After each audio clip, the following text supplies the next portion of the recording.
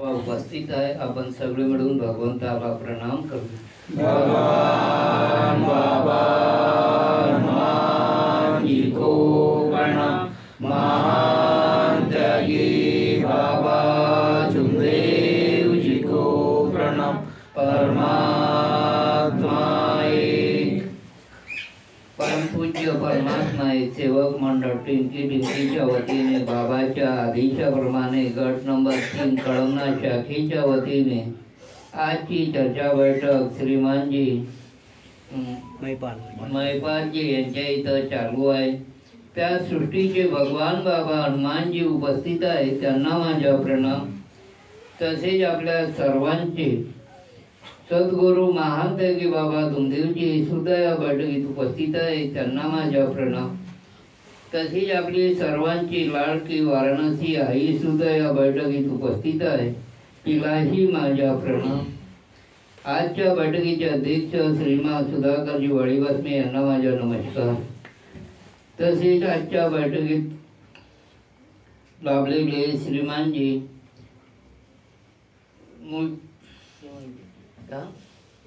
वैद्य साहेब यांना माझा नमस्कार. तसेच आजच्या बैठकीला लाभलेले सेवक सेवकी मुलं बाळ सगळ्यांना माझा नमस्कार. ही चर्चा बैठक 4 तत्व 3 शब्द आणि 5 नियम आणि प्रॅक्टिकल अनुभव याच्यावर होत असते. म्हणून सगळे सेवकांनी आपापल्या बुद्धीनुसार आतापर्यंत मार्गदर्शन केले. त्यांच्या बुद्धीनं जे झालं तेवढे केले. खरोखर हा मार्ग सत्य मर्यादा प्रेमाच्या याच्यावर पूर्णपणे आघाडीत असल्यासारखं आहे. कारण की बाबांना हे सत्य मर्यादा प्रेम याच्यामध्ये खूप भाग दिला. जो व्यक्ती सत्य मर्यादा प्रेमाने चालते त्याला कुठलंही दुःख येत नाही. म्हणून सेवकांनी तत्व शब्द नियमाकडे लक्ष द्या. न भगवंत तिथं उपस्थित असते, म्हणून सेवकांनी त्याच्यावर लक्ष द्यावं. तसंच मी एक पुराणा झालेला एक अनुभव सांगत आहे. तो अनुभव असा आहे का काही सेवक म्हणतात का मला बैठकीत येऊ नका किंवा बैठकीत जाऊ नका काही किंवा बैठक देणार नाही असं काही मंडळाचं असते आहे, हे निश्चित. पण बैठक काही कुणाच्या बापाची नाही आहे, माझ्या बापाची नाही, ना मंडळाच्या ना टिंकीच्या ना ग्रामीणवाले. बैठक हे भगवंताची आहे. या बैठकीत जायला पाहिजे ना, सर्वांनी त्यांना येऊ द्यायला पाहिजे. बैठक ही भगवंताची आहे. त्या बैठकीत जायला रोखणारे कोणीच नाही. पण त्याच्यावर माझा एक अनुभव आहे स्वतःचा. मी राजीव गांधी नगरला राहत होतो आणि इनबळ नगरला बैठकीला जात होतो. त्यावेळेस असाच आदेश निघाला का टिंकीच्या सेवकांना बैठकीत येऊ द्यायचे नाही, आलेही तरी त्यांना बैठक द्यायची नाही. आपण काय करतो, धीर सोडून देतो आणि भगवंताच्या विश्वास सोडून देतो आणि ज्याले आपण मागापुढं पाहतो किंवा कोणी काही बोललं तर आपल्याला असं खूप वाईट वाटतं. पण वाईट वाटण्याचे काहीच कारण नाही. आपण भगवंताच्या कार्यात जातो, कोणी काही बोललं त्याच्याकडे लक्षच द्यायचं नाही. आपलं लक्ष फक्त भगवंताकडे असायला पाहिजे. असंच माझ्यासह घडलं का मी बैठक मागितली, तुझ्याकडे फोटो कोणती आहे म्हणे. मी म्हटलं टिंकीची आहे. तर म्हणते तुम्हाला बैठक नाही भेटणार. कारण का? भगवंत तर एकच आहे. नाही म्हणते. म्हटलं ठीक आहे, आमच्या मंडळाचा आदेश आहे, ठीक आहे पाहू म्हटलं. मी कमीत कमी 6 महिन्यापर्यंत त्या बैठकीत हात वर करत राहिलो.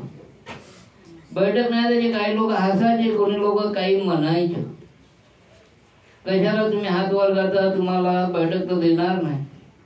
पण हा भगवंत आहे. भगवंत तुझ्या माझ्या नाही आहे, सर्वांच्या. अशी परिस्थिती आली का त्या बैठकीचा एक नियम होता का 3 बैठकी ज्याच्या पूर्ण होईल त्यालाच बैठक द्यायची. 6 महिन्यानंतर अशी परिस्थिती घडली की तिथं कोणाच्याही हात वर नव्हता आणि माझ्या एकट्याच्या हात वर होता. त्या बैठकीत अध्यक्ष आत्मारामजी गोरे होते ना. बैठक मिरासेच्या घरी होती. मनोहरजी मिरासे यांच्या घरी बैठक होती. हे दोघे भाऊ येत होते त्या बैठकीत. हात एकट्याच्या वर असल्यावर आता सगळ्याला विचारायला बैठक द्यायची कुणाला. पाहू लागले एकमेकाच्या तोंडाकडे. तिथे 4-4 कार्यकर्ता होते तिथं, पण कोणाची जबान खोलत नव्हती. राहिले गोरे काकाजी का म्हणाले बसले का हा मुलगा हर बैठकीत येते, मी याला बैठक देतो, तुम्हाला यायच्यात या नाही तर नको या. म्हणून तसं आपला आत्मविश्वास पाहिजे भगवंतावर का भगवंत तुला मी आपल्या घरी नेईन तर नाही. कोणाच्या म्हणल्यानं कोणाच्या याच्यानं काहीच होत नाही, पण आपल्यामध्ये स्वतःचा आत्मविश्वास पाहिजे ना. खरोखर बैठक घ्याली, बैठक दिली त्यांनी, पण भीती वाटत होती मला हे कोणी येते का नाही येत. त्याही बैठकीत नाश्ता बनायचं, मी सगळ्याला नाश्ता बनायचं आमंत्रण केलं होतं. येते का नाही येत बा कोणी. 7 वाजेपर्यंत कोणीच नाही आलं. 7:30ला बैठक चालू होती. 7:30च्या टायमिंग होतं. एक एक करता पूर्ण आले. बैठक झाली, बैठक चांगल्या रीतीनं पार पडली. म्हणून म्हणतो का हे भगवंताची बैठक आहे, कोणाची नाही, माझी तुमची नाही. या बैठकीला रोखणारही कोणी नाही, हे करणार नाही. भगवंताला ज्याला द्यायचे आहे त्याला देईल. म्हणून सेवकाने बोलताना थोडंसं विचारपूर्वक बोलावं का बैठक ही भगवंताच्या नाही, बैठकीत बोलताना सत्य आहे तेवढंच बोलावं. एवढीच मी बोलतो, एवढेच बोलून मी आपले 2 शब्द समाप्त करतो. बोलण्या चालण्यात काही चूक झाली असेल मला भगवान बाबा हनुमानजी क्षमा करतील. तशीच माझी वाराणसी आई सुद्धा मला मानते की बाबा धुमदेवजी क्षमा करतील. तसेच वाराणसी आई सुद्धा मला क्षमा करेल.